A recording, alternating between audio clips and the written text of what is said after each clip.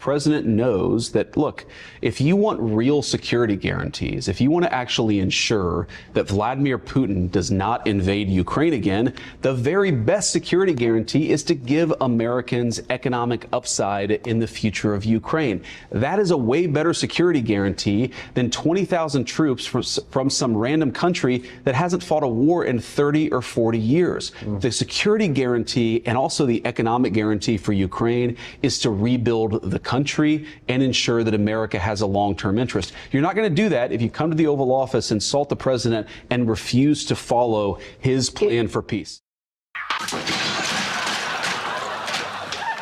Did you see that? Did you?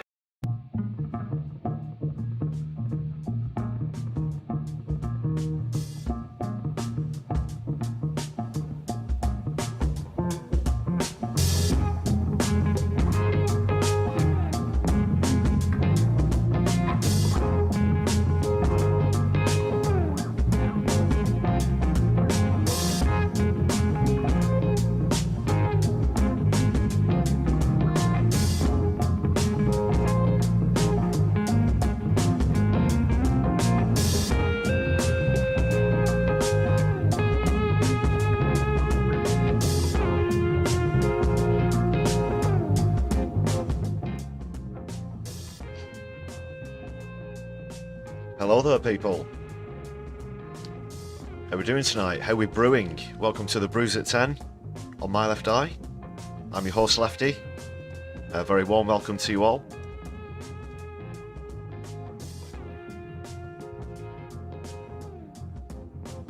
My goodness, people. Well, first of all, apologies that I couldn't bring you a stream last night. I ended up running quite short of time. I was planning on getting started on a video yesterday, but yet again things have changed, so I'm going to go through the events of the last 48 hours as best as I can tonight.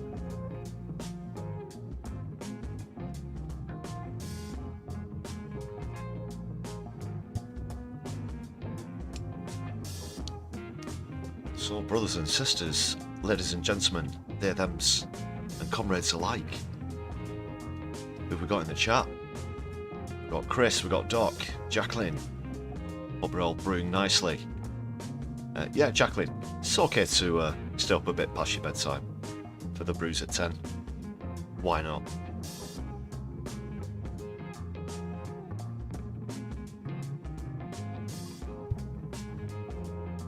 So it's a very warm cup of Solidari-Tea to all the viewers this evening, and to everybody watching back on a replay. Morbius, thanks for joining us as well.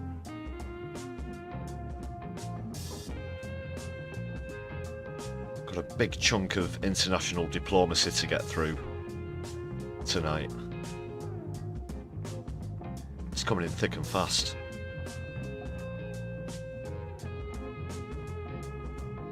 People, please make sure you've hit the thumbs up button on the stream. Much appreciated if you do that.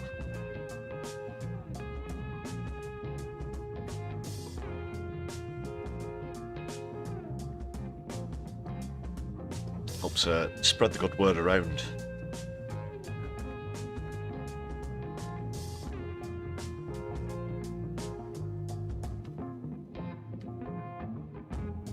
Hope you like that little picture compilation that I put together at the start. Well, just one picture.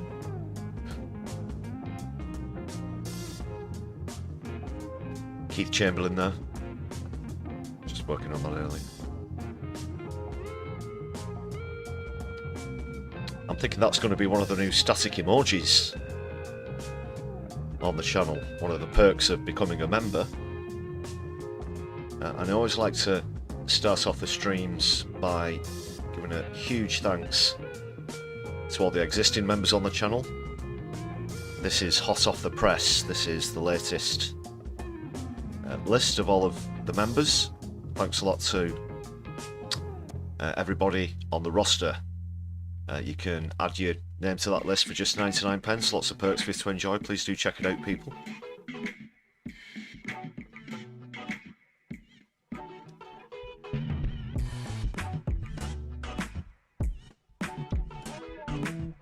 Noticed some of you recently renewed memberships. That's also much appreciated, as well as those of you who've gifted memberships to other viewers recently. Thank you so much.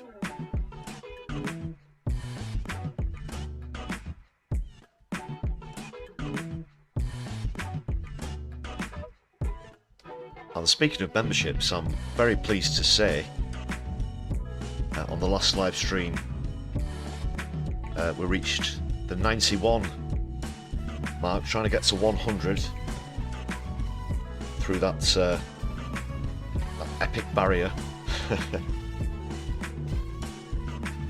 as it were. So we're on 91 at the moment. Really do appreciate all your support on the channel. Every single person on the list. And then I'm going to bring up you good people in the chat.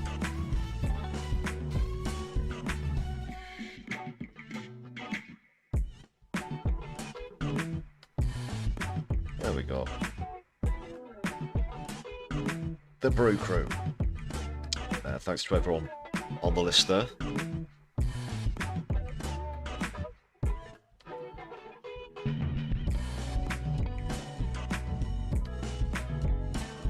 And now I can see you in the chat.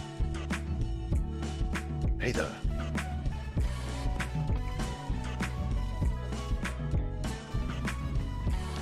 So, the events of the last 48 hours. We're going to be trawling through those. I'm not sure where to start, to be honest. So much going on, but is it just a big game of good cop, bad cop? Of course, today Zelensky's conceded quite a lot to Trump. Justin Trudeau, at the same time, has had a go at Trump. There's been tariffs. There's been a session in the House of Commons here in the UK. Lots over Ukraine. We'll be keeping up with the latest on Gaza as well. A few laughs, hopefully, along the way. Feel free to throw in a few tea-based puns, or whatever you like, in the chat, or in the comments.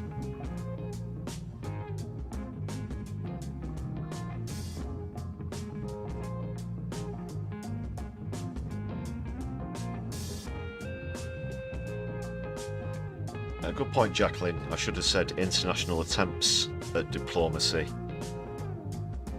There's been quite a lack of in the White House of late. Not exclusively in the White House.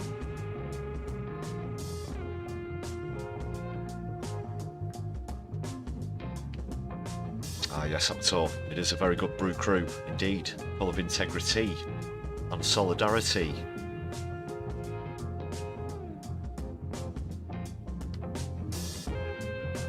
Great stuff.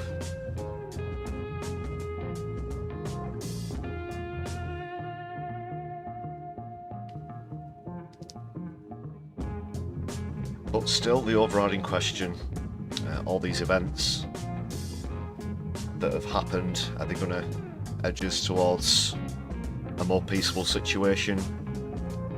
Or perhaps a bit closer to, you know what, the old WW3? Who knows?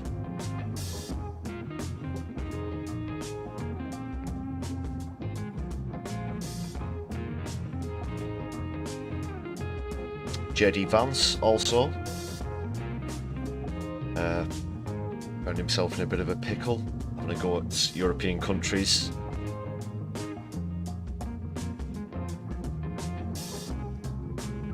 In his own head, thinking that he was calling out the lack of experience somehow. If he even has a thought process, that is. That's one of the other topics tonight.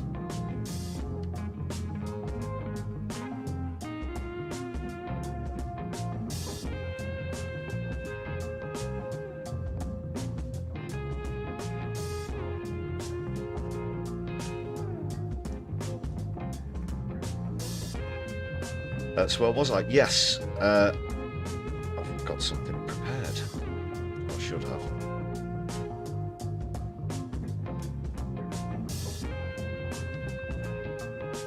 So we're at 91 out of 100. You should be able to see a tally at the top of the screen there. Keep my left eye on that throughout the stream. Who knows, this could be the stream where we break the 100. Let's get into things, people.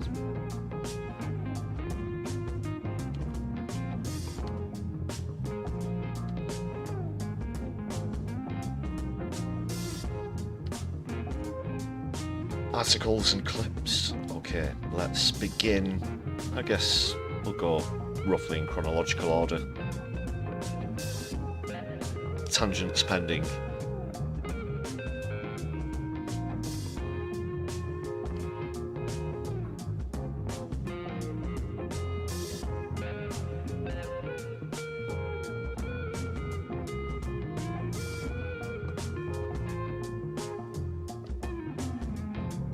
So Zelenskyy came out and said that he felt that the war's going to last a long time, that the end of it is, quote, very far away. And the bewigged orange ones certainly didn't like that.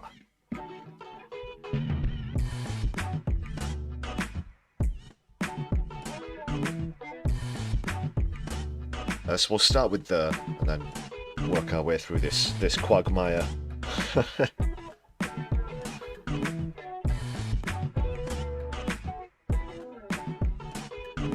Just one moment. I'll have to bring the membership goal along. There we go.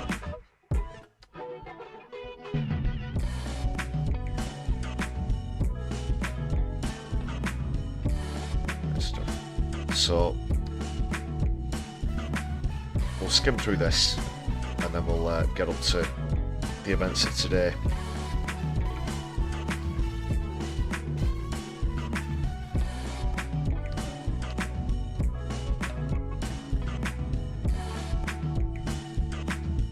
Just turn the background music down.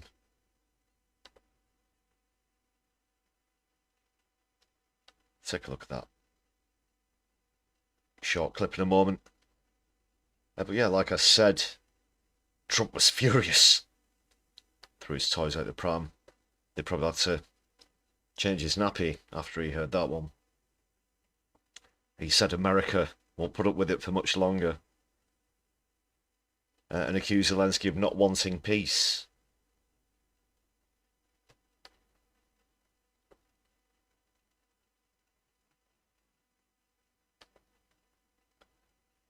This comes after the European summit, the NATO summit, all sorts of summits and meetings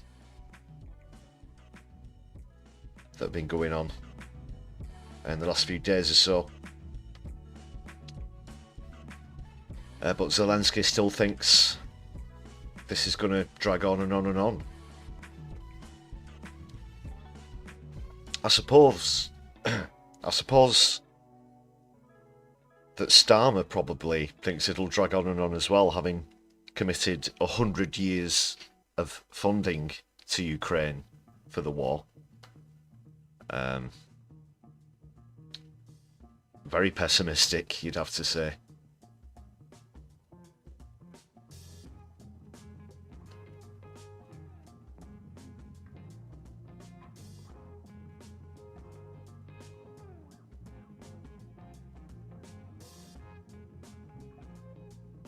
And then just a reminder, obviously, that fiasco in the Oval Office. And that's the term that's being thrown around here, coalition of the willing. Like we mentioned on the last live stream. Has echoes of the Iraq invasion, doesn't it? Which apparently has been deliberate as some sort of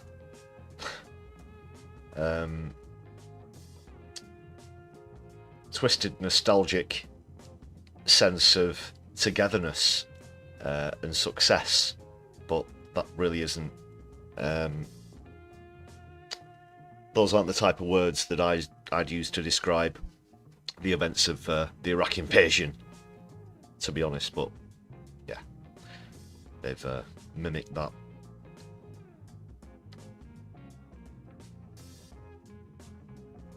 Sorry, I don't know what's happening with the background music here.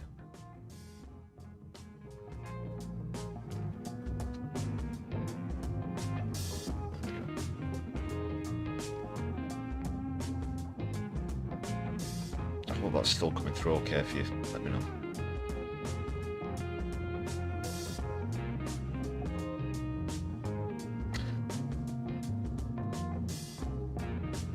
Well, I'm going to be turning it off anyway, because let's just have a quick listen to Donald's response.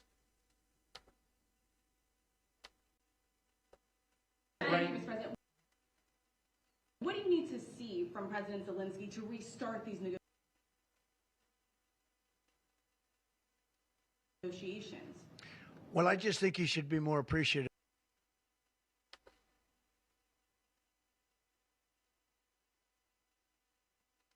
Because this country has stuck with them through. Well, he did say thank you like 94 times. There were 94 examples of him saying sorry, weren't there? Through thick and thin. We've given them much more than Europe. Oh, sorry about the buffering there. And Europe should have given more than us, because as you know, that's right there. That's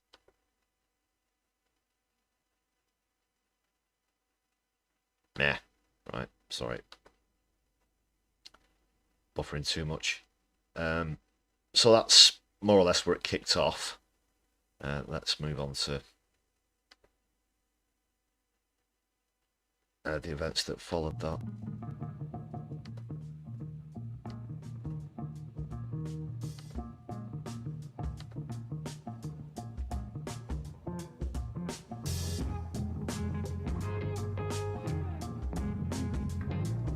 Yes, then J.D. Vance has come out with another, well, how best can you put it, a clanger. That's an insult to clangers, I guess.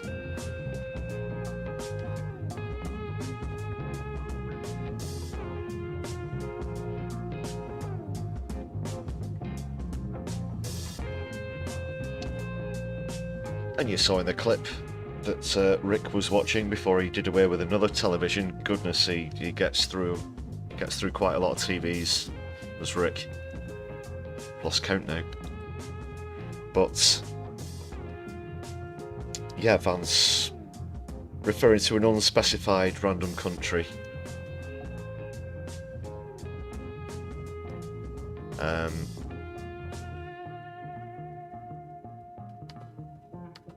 Saying that it's been decades since they went to war.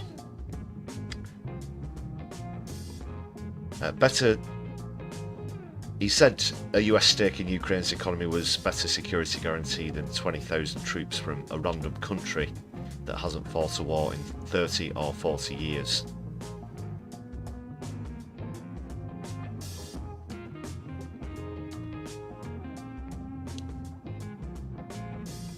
But here's the thing, people. In the House of Commons, just yesterday, Keith said that there would be British boots on the ground. Yeah. And planes in the sky as well. Sorry people, just checking in the... Can you let me know in the chat if the sound's okay with the background music? It's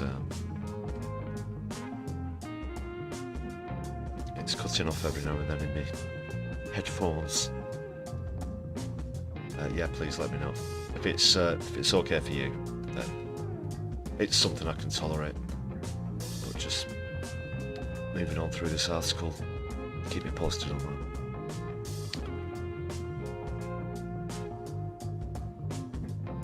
And this is the US that we're talking about here. Albin Hornsey, welcome to the chat. And the London Cheesehead Tim Davis, hello. So where was I? So, well, the last proper war that the United States fought was Vietnam, and how did that turn out for them? It's, you know...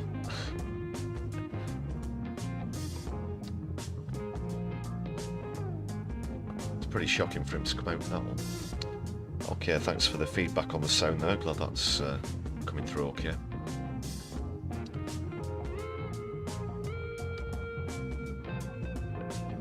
So he's not specified, and he won't specify.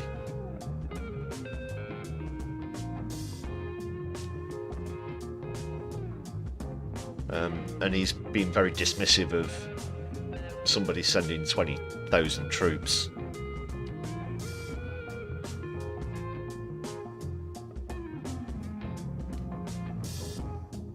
But he thinks American security guarantees are the way to go. So it doesn't look likely that this sort of dual responsibility is going to be the outcome. For lots of reasons. While Starmer's trying to act as... he thinks he's acting as a bridge between all of the parties involved. He is not aligned with Donald Trump whatsoever. That's one of the fundamental elephants in the room. The other one was this deal for the minerals, but it does now look like that's going through.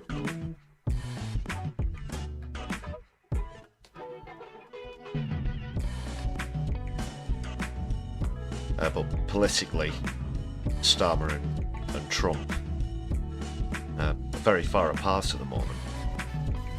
But they appear to be very far apart. But I still have my suspicions, people, and I want to know what you think about this as well, if there's some sort of good cop, bad cop routine happening.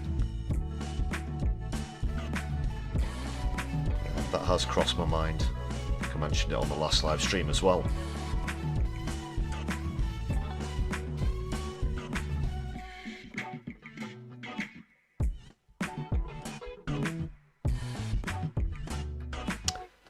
So there's still a lot of impasses and things to get through, including that. Just go through a bit more of this.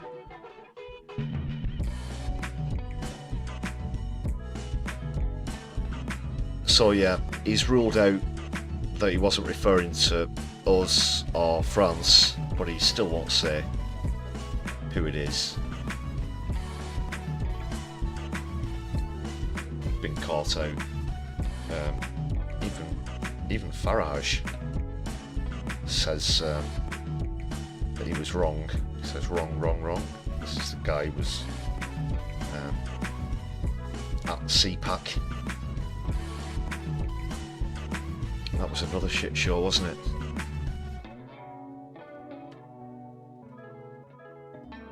Not defending Nigel Farage, of course. He's still a massive piece of shit.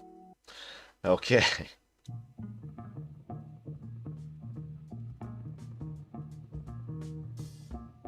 So that's caused a bit of a stir. Just finally, Downing Street refused to be drawn on whether the Prime Minister found the comments insulting or disrespectful, but said he was, quote, full of admiration for all British troops who have served, for instance, in Iraq and Afghanistan. The UK joined the US invasion of Afghanistan in 2001, obviously following the September 11th attacks. France also sent forces. More than 150,000 British personnel served in Afghanistan over the last 20 years, and the last troops withdrew in 2021. Of course, you remember those incredible scenes as that happened. What another shit show that was. And of course, the UK was part of the US-led invasion of Iraq in March 2003, with British forces in the country peaking at 46,000. They went into Afghanistan, of course, to apparently chase down the Taliban and specifically Osama bin Laden, who they blamed for the attacks. But he later turned up in a military compound in Pakistan. Or so the story goes. but that's another matter entirely.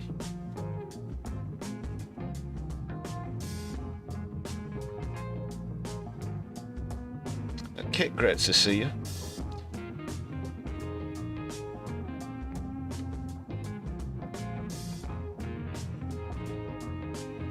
Well, that's weird about the chat box. Keep us posted on that, Kit. Hope everything's okay. Eddie, great to see you.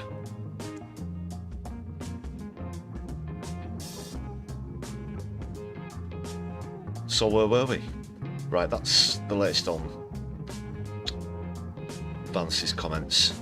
So I just want to plough through the events of yesterday before we get on to today.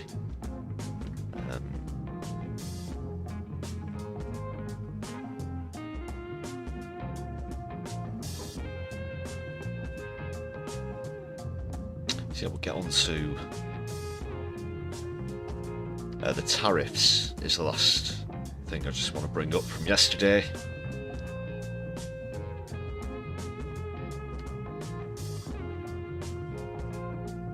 Because of how silly of me, you know, amongst not much happening over the last 48 hours for international politics, I forgot to mention that Trump has also caused a tumble in the stock market with his tariffs, and this has been felt around the world.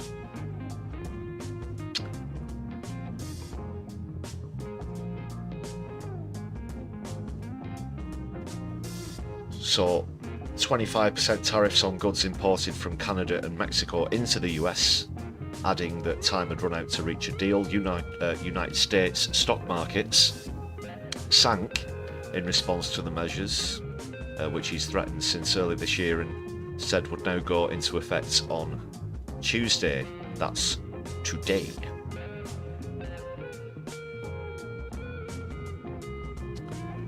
A 10% tariff on Chinese imports is also expected to come into force, leaving all of America's top 3 trade partners facing significantly higher barriers than just a few weeks ago. I've mentioned before on the channel that there are much higher tariffs on Chinese imports than that, especially by pure coincidence within the electric vehicle manufacturing industry. And we certainly know someone who's associated with electric vehicles who is politically close to the President of the USA at the moment. And there are 100% tariffs on Chinese electric vehicles. They're said to be a lot better than the ones made in the US, certainly better than a Cybertruck.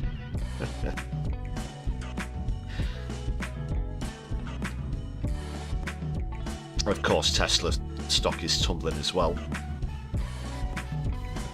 But my point there was that's to try and obviously force Americans into buying American electric cars vis-a-vis Elon Musk's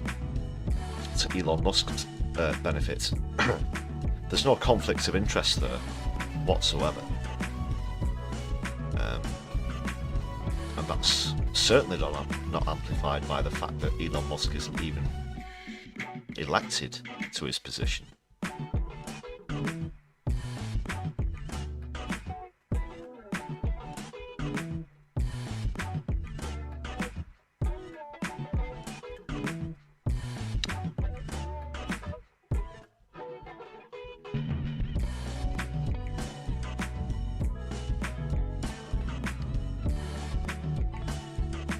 So, how bad is it looking on the stock markets? You can see there the 3 major indices in the United States sank after Trump's comments. The Dow Jones Industrial Average ended the day 1.4% down, the S&P 500 1.75%, and the Nasdaq fell 2.6%. Well, what does this mean in real terms? If we're not, familiar with the stock market or the effects of the stock market and whatnot. This is what affects the price of goods. This is what affects inflation. This is why eventually, very quick, I say eventually, very soon, you're going to see prices skyrocketing. And there's been more on this today. As I said, Justin Trudeau hit out at Trump, and we're going to see a clip from that later. It's actually, you know, hopefully that'll lift our spirits a little bit, because it's good to actually see a world leader speak directly to Trump like that, when he's not been ambushed at a press conference at the Oval Office to just get rounded on. So I'll come on to that shortly. But there's just a quote from him here. It says, "Canada will not let this unjustified decision go unanswered." He had a lot more to say.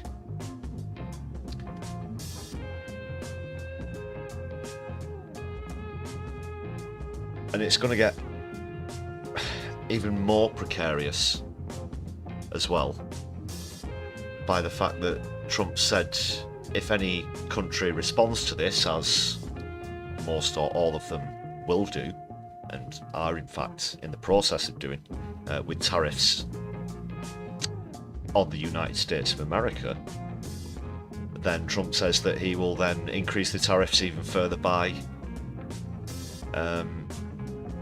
the corresponding amounts. So let's say Canada or Mexico decide to put a 10% increase on a tariff. Trump's going to go from increasing his by 10% as well. And up and up and up it'll go.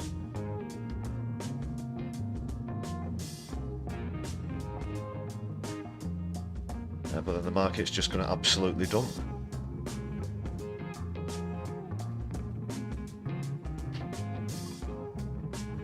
I'm not speculating about this in any kind of sense of, you know, financial advice or anything like that. This isn't really that kind of channel.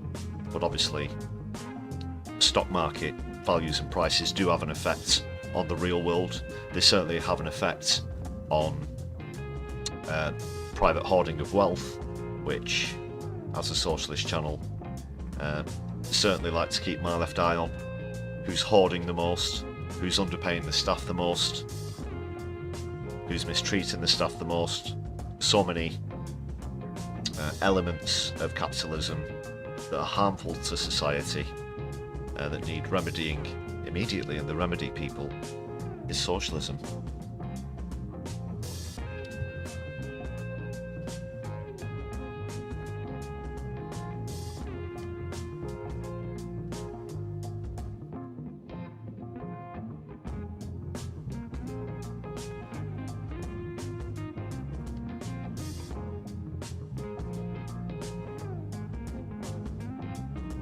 That was just a reminder in the article about, do you remember watched that a short time ago?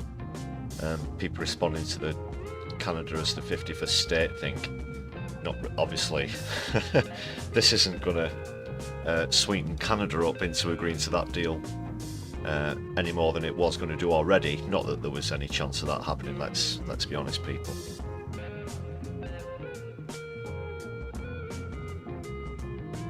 But a lot of them were really enthusiastic about it, because with the MAGA hats, you can tell them 2 + 2 = 5. If Trump said it, then yeah, they'd argue the toss. At length, if it was online as well. That's a little clip from Trudeau. I'll go on to the rest. Finally, another tariff, 25% on steel and aluminium. That's aluminium to our transatlantic viewers. Aluminium imports, which is meant to come into effect on the 12th of March. In addition, he's also threatened to impose custom reciprocal tariffs on individual countries, as well as 25% tariffs on the European Union.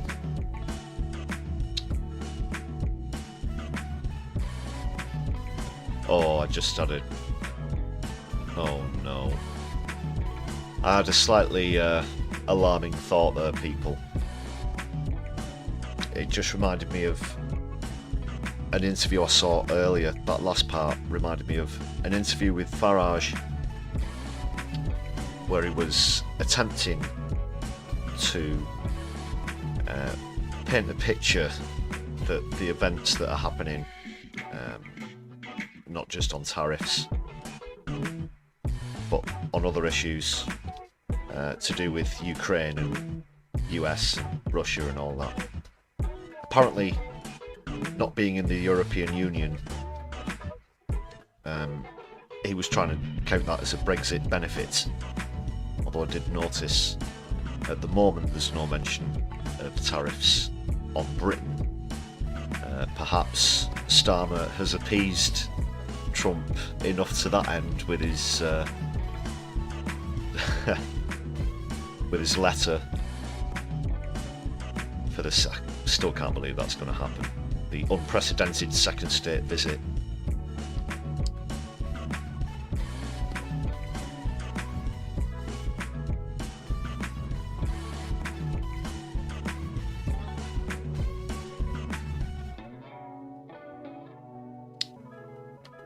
Yeah, we could be the 51st state.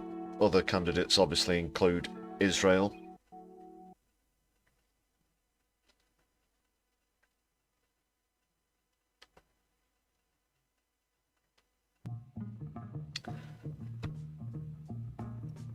Right, let's get into that Justin Trudeau video. This is a bit more like it. This is a bit more what I like to see, even though Trudeau is an outgoing politician. Let's remind ourselves of that. He announced that he was stepping down towards the end of last year.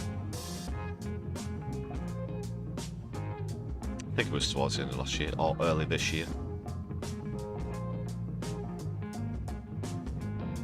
Amongst all the madness, there's a great sense of time distortion. That's what I'm feeling at the moment.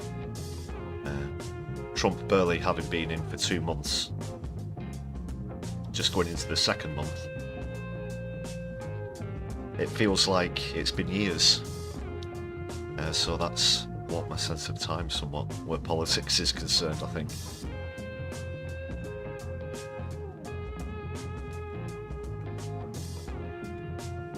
Yeah, but instead of a bullshit ambush job in the White House or the, arse kissing that we've seen from Starmer, this is a bit more like it from Trudeau. This is how certain politicians used to speak to Donald Trump, but now they don't anymore. For certain reasons, cha-ching. Who knows? But he doesn't hold any quarter. He calls him dumb for thinking that this makes economic sense with regards to the tariffs. He mentions a lot of other things as well to do with that, as though he were explaining it to a 5-year-old at one point.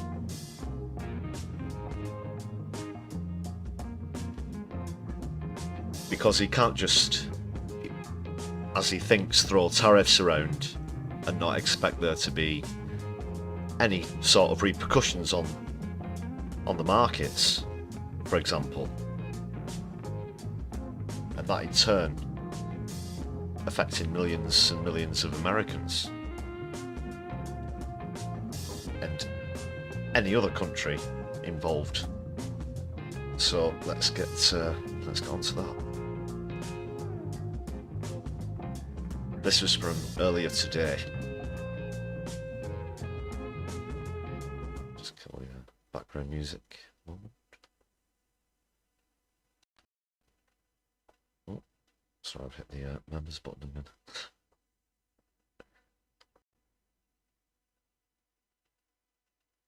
It's just here.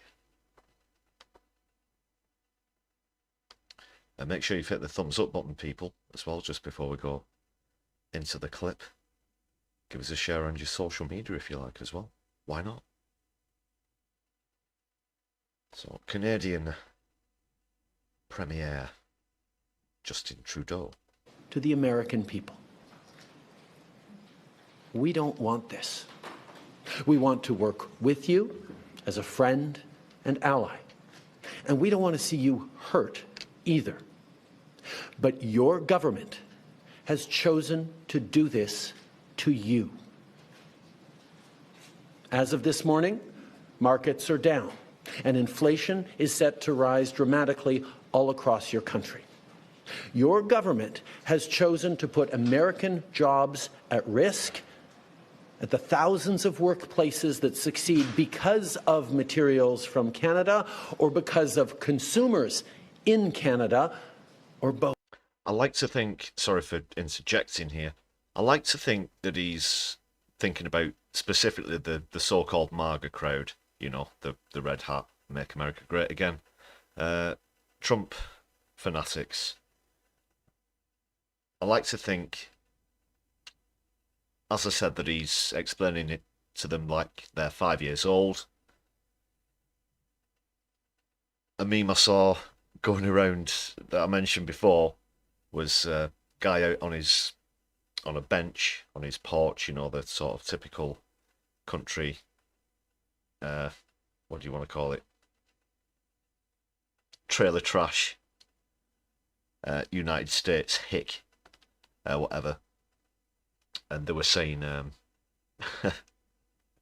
now Trump has banned trans from public bathrooms, them eggs is going to be cheap. These are the people who Trudeau's got in mind. I certainly hope he does when he's saying this, because to them, Trump can do no wrong. And they were probably cheering on these tariffs, and it's like, yeah, that'll stick it to the Canadians or the Mexicans or whatever, and the illegals. But the realities come crashing down.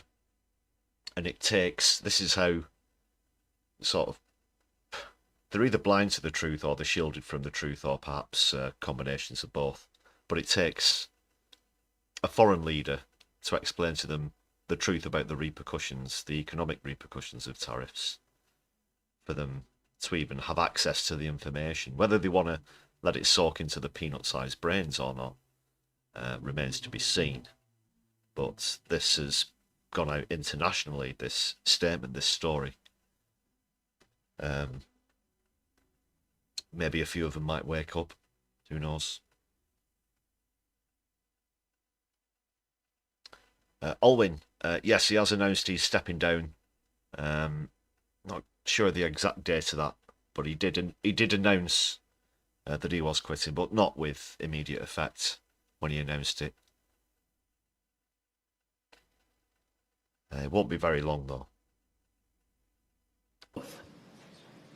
They've chosen to raise costs for American consumers on everyday essential items like groceries and gas, on major purchases like cars and homes, and everything in between. They've chosen to harm American national security, impeding access to the abundant critical minerals, energy, building materials, and fertilizers that we have and that the United States needs to grow and prosper. They've chosen to launch a trade war that will, first and foremost, harm American families. It's like, you know, there are what, 300 million plus Americans. They don't have enough resources within their own country to consume all the different things that they do, the things that Trudeau's listed, exponentially, or at least at the rate that they are doing now. They have to rely on other countries. Trudeau has to explain it like this to them in this way. And I'm not sure if he's just adding a bit of extra sort of condescendence in his tone, but I'm certainly getting that there's certainly underlying subtext in there, I think, if you listen carefully to the way he's putting it. You're not producing enough XYZ, this is what imports and exports are all about. The very fundamental basics that the MAGA heads don't seem to understand. They've chosen to sabotage their own agenda that was supposed to usher in a new golden age for the United States. And they've chosen to undermine the incredible work we've done together to tackle the scourge that is fentanyl, a drug that must be wiped from the face of the earth. So one of the reasons Trump gave for bringing in these tariffs was that fentanyl was coming across the border from Canada into the United States. Across the board with everything, when you're talking about migration, people smuggling, drug smuggling, fentanyl specifically in this case, across the board, it turned out that more of that was going from America into Canada. The exact opposite of what Trump implies when he uses these excuses for tariffs as well.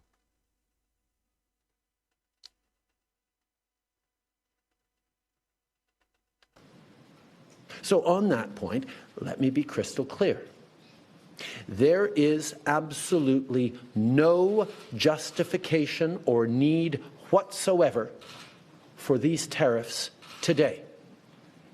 Now, the legal pretext your government is using to bring in these tariffs is that Canada is apparently unwilling to help in the fight against illegal fentanyl. Well, that is totally false. Let's look at the facts. Our border is already safe and secure.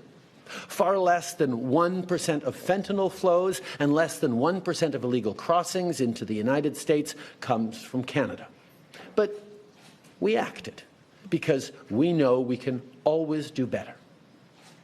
We responded to concerns, including from the President, by implementing an ambitious $1.3 billion border plan. A border plan that includes generational investments in new AI and imaging tools to stop the flow of fentanyl in its tracks, stronger coordination and information sharing with American agencies, along with the deployment of drones, helicopters, and additional personnel to keep our border secure.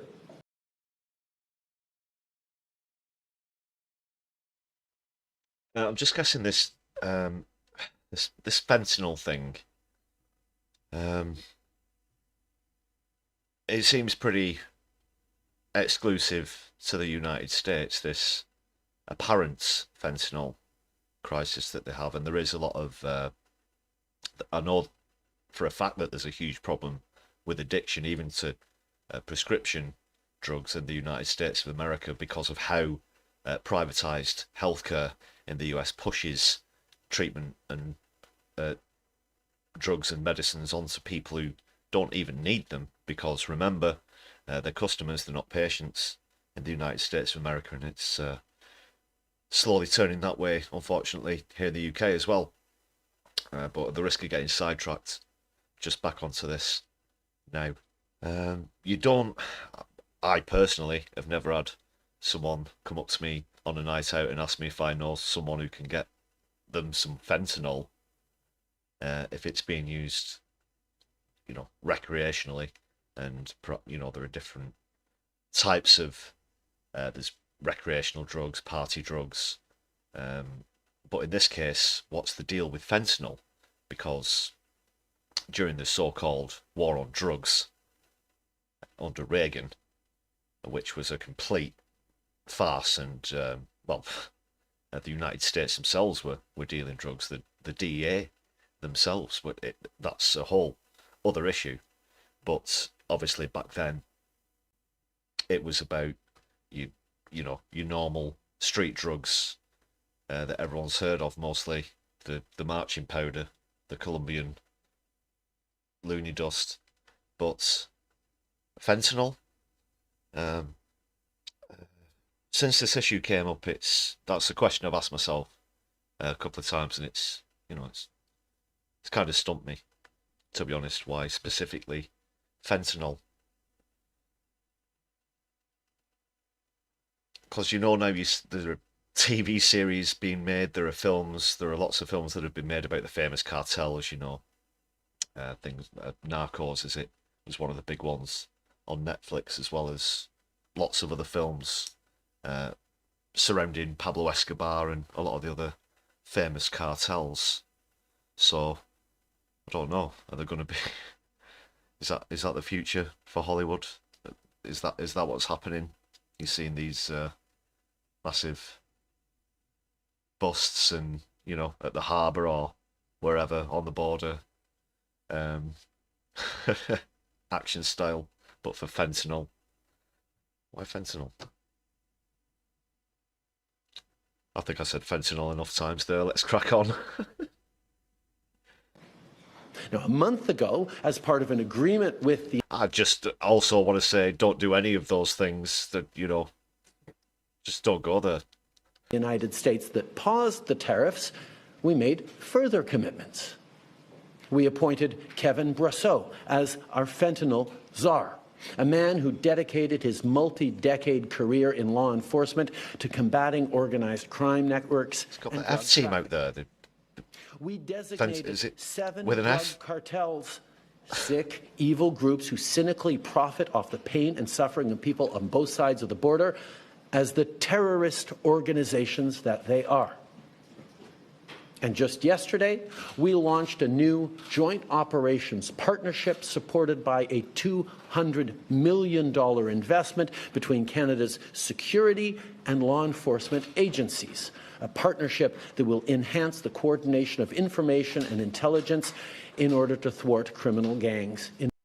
And that's probably another one that Doge are going to throw out of the window, because there are black people, brown people, gay people, trans people in them, the same way as is happening with airport controllers at the moment. And can you believe, people, it must be, about a week now since there's been a plane crash in America. That's they've set a record of a week.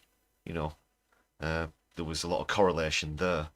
But all these organisations now, Elon Musk thinks that they're fair game. They're within his radar. Whatever minority, gender, sexuality issue it might be, he's going to go at them. He's going to go, everything. Involved in the illegal fentanyl trade. And critically, our actions are working. As the U.S. Customs and Border Protection just acknowledged, there was a 97% drop in fentanyl seizures from January compared to December, to a near zero low of less than half an ounce seized in January.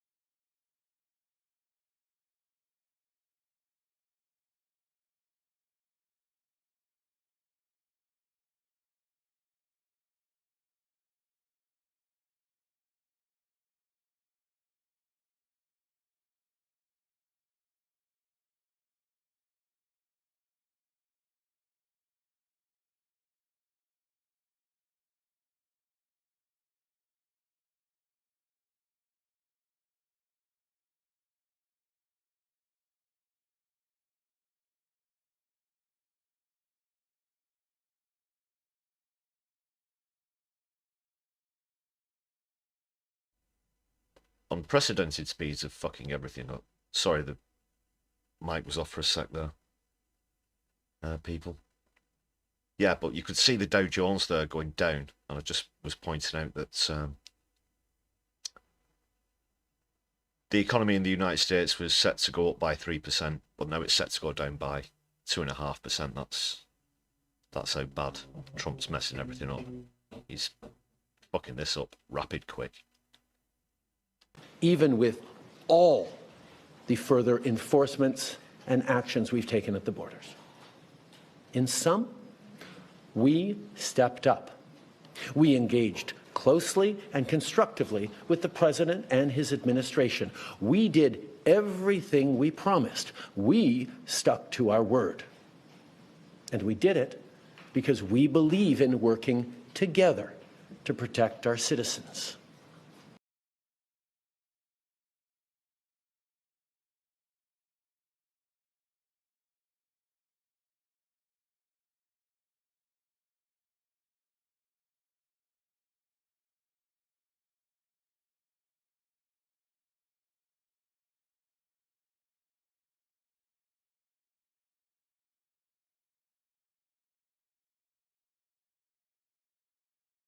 Hope you enjoy your perks there, Firestarter. Thanks again, James, for that gifted membership. So 92 out of 100 now.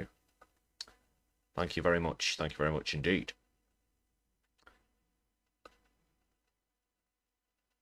Let's get back to the clip. Sorry about the technical sound issue earlier, people. That seems to have resolved itself for now. Just a bit of a glitch on the broadcast software. Sorry about that. So, Justin. Now I want to speak directly to one specific American, Donald. In the over 8 years Here we go. you and I have worked together, we've done big things. We signed a historic deal that has created record jobs and growth in both of our countries. We've done big things together on the world stage, as Canada and the US have done together for decades, for generations. And now we should be working together to ensure even greater prosperity for North Americans in a very uncertain and challenging world. Now, it's not in my habit to agree with the Wall Street Journal, but Donald, they point out that even though you're a very smart guy, this is... I would dispute that, just to be very clear. I'll dispute that first part. a very dumb thing to do. But I'd certainly agree with that. We two friends fighting is exactly... Looking him straight in the eye, straight down the camera. This is a very dumb thing to do. Even the Wall Street Journal have said that. As he's speaking, the Dow Jones is dropping and dropping.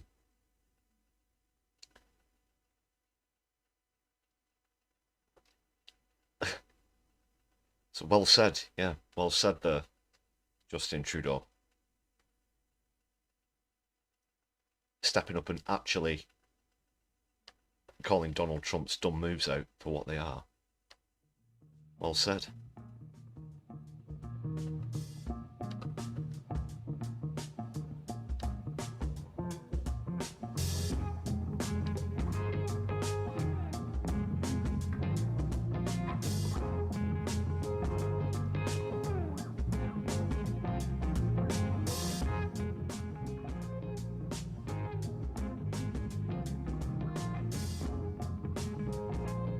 I'm not sure if he'd use that as a backup excuse, James, if he was referring to another Donald Duck. It's not Donald Sutherland, he passed away last year, didn't he? Or recently. Who else you got there in the States?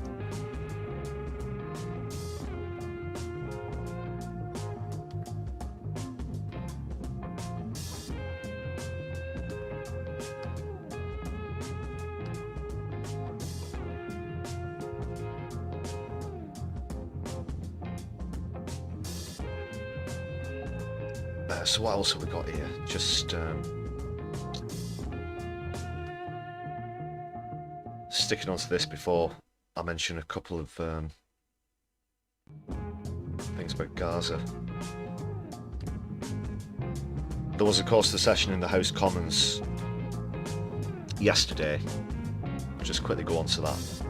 Of course, there was a fair bit of back and forth about whether you can trust Trump's sincerity for wanting peace, or whether you can trust Trump at all.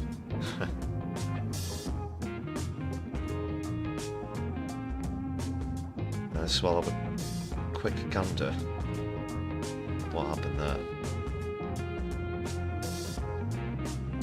This was the same session where Starmer also announced that there will be boots on the ground and planes in the sky, I think were his actual words.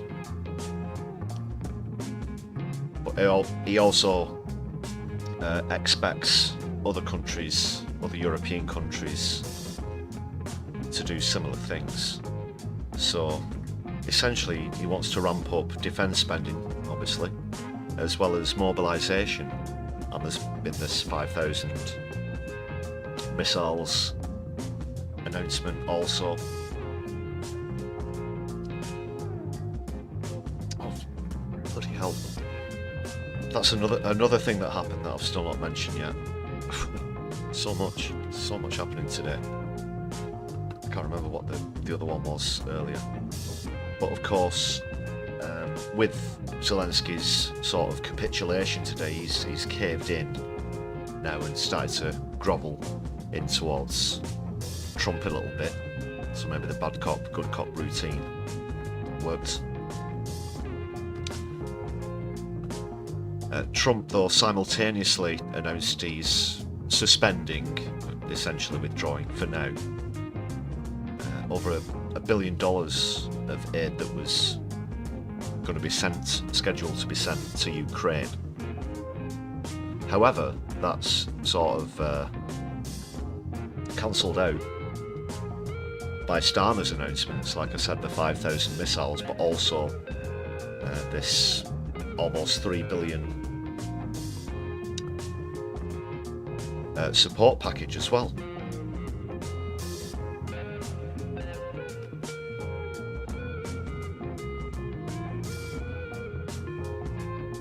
But should these countries who are at the summit start to increase defence spending, as a lot of them actually are at the moment, that then leads to mobilisation of armies, expansion of armies. That's not a great recipe for peace, really, is it? As we have to keep saying. Whatever lectern they stood at, whatever press conference they're at, whatever TV interview they're doing, they can talk about the desire for peace until they're blue in the face. But the fact of the matter is that their actions collectively, this is on a sort of macro scale, point to the exact polar opposite of that. More armies, more missiles, more funding for defence. And they will say that it's in the name of security.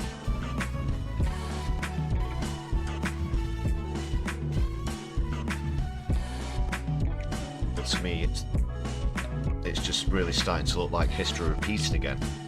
The mistakes, the naive mistakes that have led to global conflict in the past.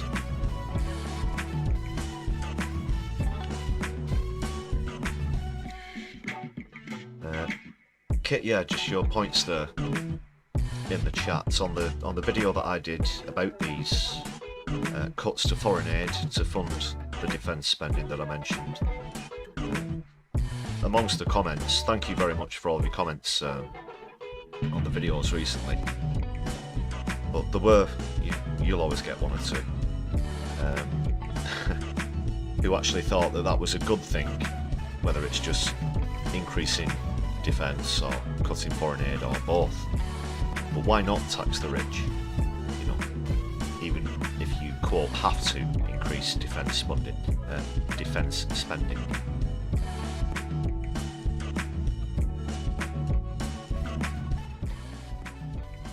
But he won't harm the establishment, Keith, because he is part of the establishment. Remember, Sir Keir Rodney Starmer. establishmentarian that he is, former director of public prosecutions. You don't get to become director of public prosecutions without being on the side of the establishment.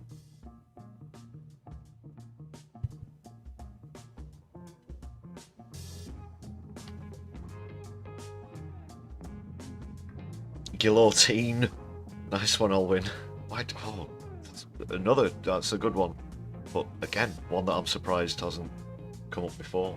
Not that I've been directly calling for anyone to be taken to the guillotine.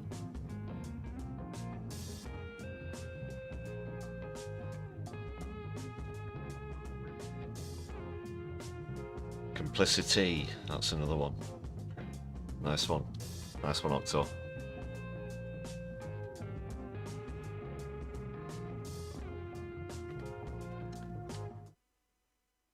There's an article here, let's just... Oh.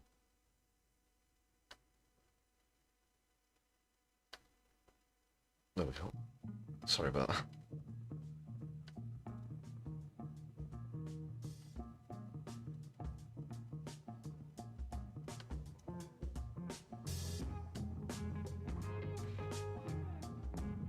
Keith's saying that he's on Trump's side and that his commitment to achieving peace is sincere.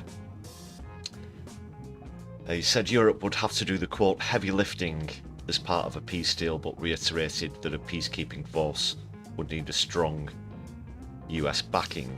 But I still can't see that happening. You see all the rhetoric in the Oval Office on Friday spelled out a lot of things, but one of those was that the United States certainly don't want to help out Ukraine or anyone else without being paid back. They're not in the mood for donations. You know, these are loans, or you have to offer something in return or whatnot. So I can't see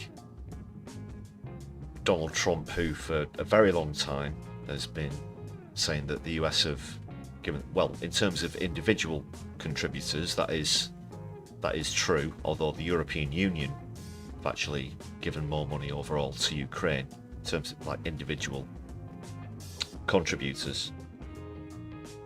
So I can't see him agreeing to that without either wanting more guarantees from Zelenskyy or from the European Union. What is he going to do the same? Try and do the same job on the EU as he's done to Zelenskyy, with this shakedown and this racketeering, these pylons, and the way that Zelensky's been bullied into caving in, which he's done today.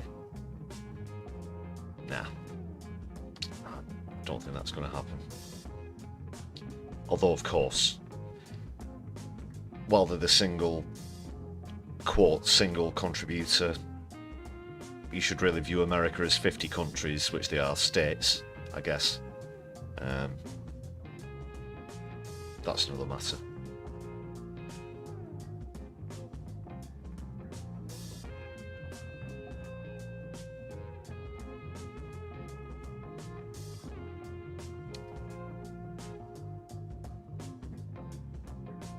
So Keith Salt also said Britain would play a leading role in any agreed deal, including, if necessary, deploying British troops in Ukraine. This is supposed to act as a deterrent for further Russian attacks. But you can see there Trump's still not agreed to provide any security guarantees. All he's concerned with is the minerals. A lot's happened since last Thursday, which is when Starmer went to meet Trump at the White House. And I remember hearing an interview or a snippet of the press conference that Trump did afterwards, asking how he thought that it went. And a reporter, it might have been a British reporter, asked if Starmer was pushing for this United States backstop. And all that Trump said was, oh, he tried and tried to make a joke out of it. Essentially, that's his way of saying it's not going to happen. And he's not changed his mind since then. He's not even mentioned it. Keith won't shut up about it.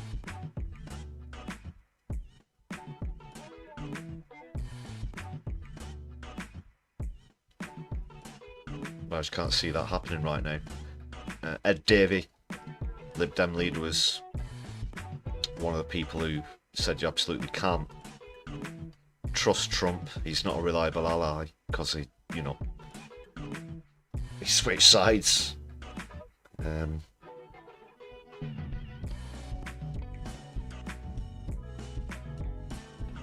There were others. I didn't watch the session myself. It was like 2.5 hours long. And, I was doing something else. That deal Zelenskyy made apparently is still on the table. The deal to resign if Ukraine's granted NATO membership. But I said on Sunday, I can't see that happening. I can only see that as sparking further provocation. What would be received as confrontation by Putin, I should say.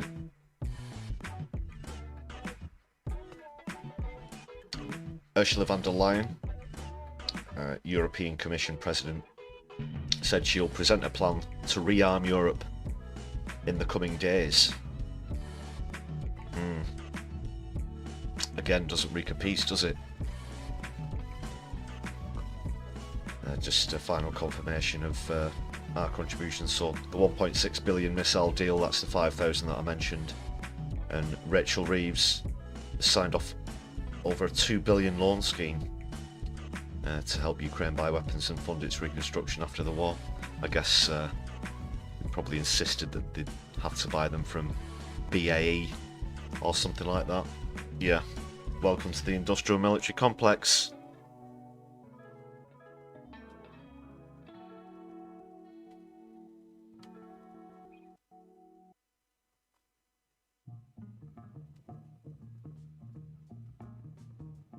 I didn't know the black and white cat had gone missing from number 10. I can see that up in the chat there.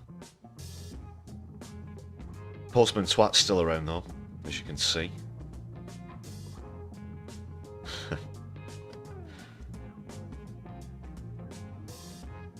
More about that tomorrow.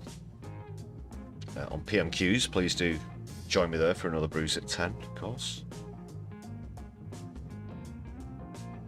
See if Postman Twat can bounce back after his first ever defeat in the game that we play. But more about that tomorrow.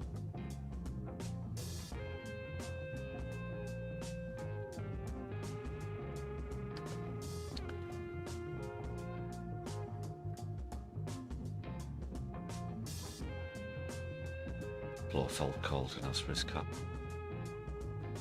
Oh, it's James Bond, isn't it? Is it Dr. No? Let me know.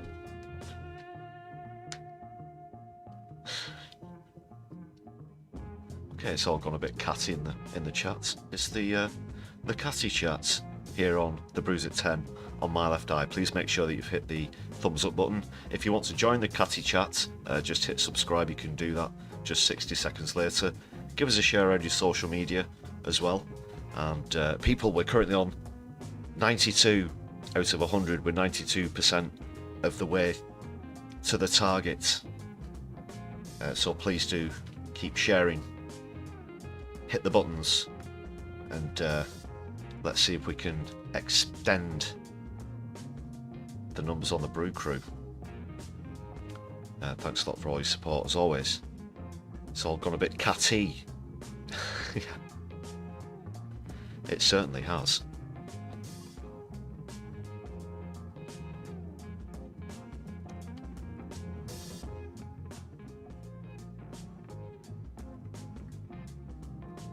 I don't have a clip lined up for this. I just wanted to quickly mention, going over to things in Gaza now, quick update. There's of course apparently some negotiations for the beginning of phase 2 are set to well, hopefully come together. But just quickly, a group of so-called Arab nations, as it were, have come together and agreed to a $56 billion reconstruction plan for Gaza. But unlike Trump's abhorrent Riviera vision, this won't include the displacement of the population. There are plans apparently to enable everyone to stay within Gaza while the construction happens. They also say that they can do it in 5 years as opposed to Trump's decade, or he's been saying for a while that it would take a decade. Alwyn, thank you very much for throwing up the Palestine flags in the chat there. Yes, free Palestine, Solidari-Tea with Palestine, as always, here on my left eye.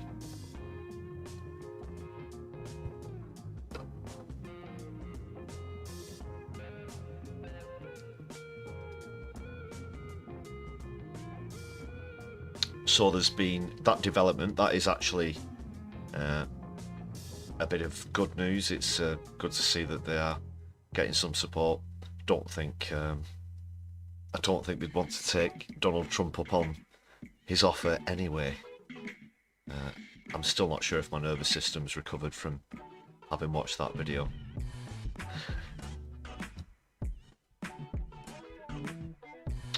Another development that concerns the documentary that I mentioned. Do you remember How to Survive a War? It was pulled from iPlayer by the BBC. Now, the director of the BBC, who's a Tory, was in front of a committee, I should say, today about that. There have been lots of calls for it to be put back up, and people are saying that the BBC are showing clear partiality, clear bias. The only thing that the BBC director could say in his defence was that he'd, quote, lost trust in the documentary. He has, of course, been put up by Israeli lobbyists, there's no doubt in my mind about that. The BBC's shown bias towards Israel on several occasions, as we've discussed many times here on My Left Eye, and this is just the latest example of that. So clearly just, well, I just had this sort of feeling, you know. There were questions being asked about finance, as to whether any money that was paid towards the filmmakers went towards Hamas. For those of you who aren't familiar, just to remind you, the reason given was that the 13-year-old narrator is supposedly, allegedly, the son of a Hamas official, and that's why the BBC have said that they pulled the documentary. If you go back to, oh goodness, which stream was it? Well, I'll find the link and I'll pop it into the description for this stream as well, for a link to where you can see the full How to Survive a War Zone documentary, which I do recommend. The 13-year-old lad who I mentioned narrates it really well. He's actually very articulate. There's no propaganda going on there. It's a genuine documentary as well. Obviously it's not set up. Those areas of Gaza that are unrecognisable and look like a demolition site, well, because it is, you know, they're all genuine. The footage of people moving from one area to another are all genuine. It's certainly a really moving documentary that I recommend you do check out. hopefully they'll see sense and they'll put it back up, because otherwise that would, for me at least, be, you know, straying away from their apparent impartiality.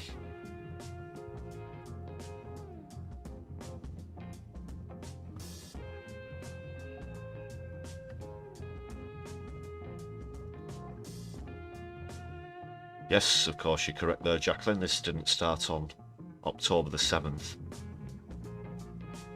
I saw a Palestinian representative challenging Victoria Derbyshire, it was, who, of course, partway through, when the Palestinian representative was speaking, she was interrupted for the host to point out, speak on Israel's behalf. Well, of course, Israel will deny this and deny that, and then, of course, traditionally cut her off and say, oh, the first thing you have to do is acknowledge the atrocities of October the 7th. And the Palestinian rep, apologies, her name escapes me at the moment, she just had enough. You could see it in her face, and obviously this has been going on for some time now. We've seen countless interviews where this has happened, and she said, this is all you ever say. You say it over and over and over and over again.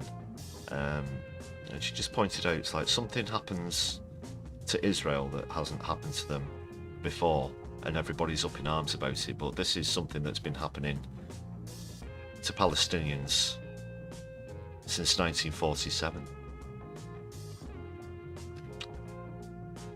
Which, you know, puts it very well, frames it very well.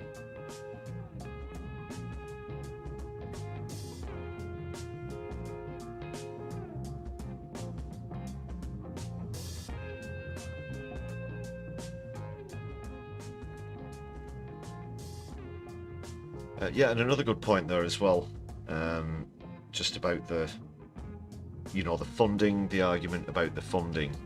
So let's say that the BBC themselves do a documentary. Let's say it's about street crime, okay, and they have to talk to criminals, you know, whether they're involved with drugs or violent crime or burglary, theft, whatever it might be. Surely, somewhere in history, the BBC have handed over money to somebody involved with those kind of things. Is it not double standards?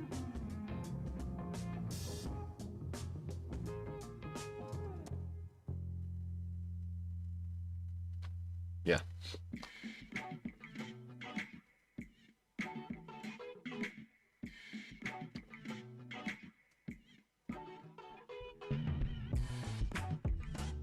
Right, people, I've got another clip for you here.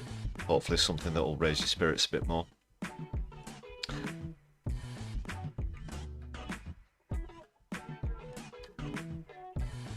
Yeah, I quite enjoyed this. This was from, I don't know, fingers crossed there won't be a copyright flag here, but I'll see how I do. Had a couple of issues lately. But yeah, the Saturday Night Live 50th anniversary it was, and they did a sketch. You might see some familiar faces in there. I don't mean I'm in it, by the way. I'm just saying comedians, famous US comedians. About that fiasco in the Oval Office on Friday. And yeah, I think it's a really good interpretation of it, so enjoy that.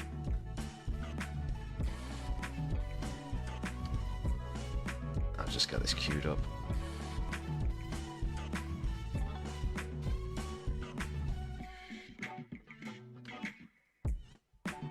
Okay, this is Saturday Night Live on a Tuesday. On a Tuesday.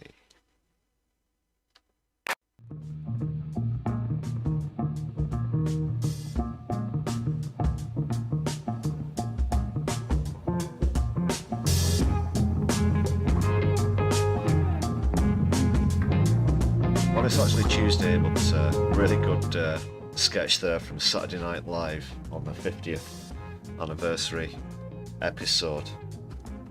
Mike Myers as Elon Musk there, but I don't know about the accent. Wasn't very South African, was it? It's more, I don't know.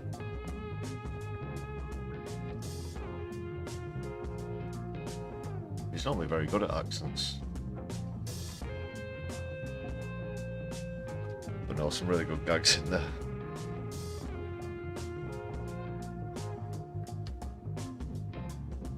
Okay people, I'll be bringing the stream to a close very shortly. Stick around though, I'm going to be doing a redirect.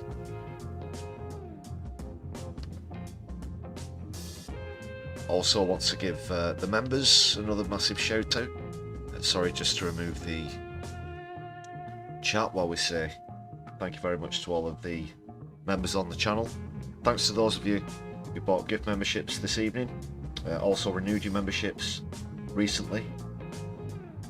Massive shout out to everyone who's done that. Thanks for your ongoing support. It's just 99 pence if you'd like to join this incredible list, the Brew Crew. My good people. Yeah, Jacqueline, he definitely sounded more English than South African, Mike Myers there. It was a sort of off Austin Powers-ish attempt to, you know. I think he did a northern accent as well when he was in the Queen film, Bohemian Rhapsody. I remember him being in that, doing a pretty decent northern accent. Scotland is South African.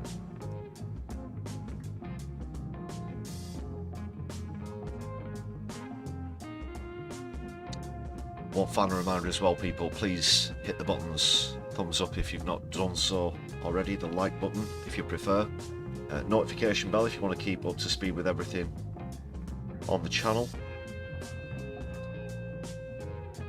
Give us a follow on social media. We are on Blue Sky. There's still a Twitter account if you're still on there. Mastodon as well.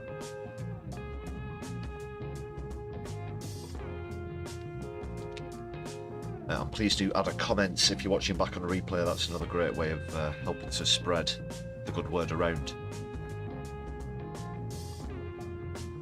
Okay, I think we've got another occasion where both Helena and Kevin Logan are streaming together. We went to Kev last time, so just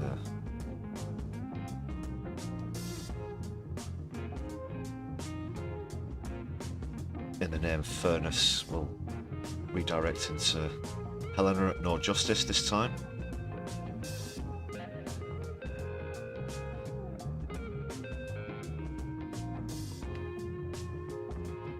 But you should see both of them there. You'll be seeing me tomorrow. Please do join me on PMQ's Brews at 10 for Keith at the dispatch box as well.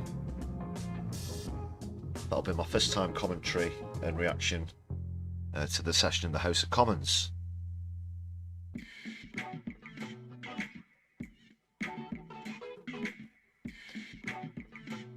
Okay people, and I'll be joining you along at No Justice shortly as well.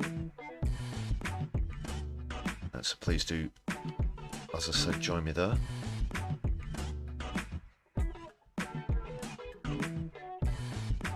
Okay, so until I see you next time, wherever it is, my left, I'll be seeing you soon. Good night everyone. Free Palestine and power to the people.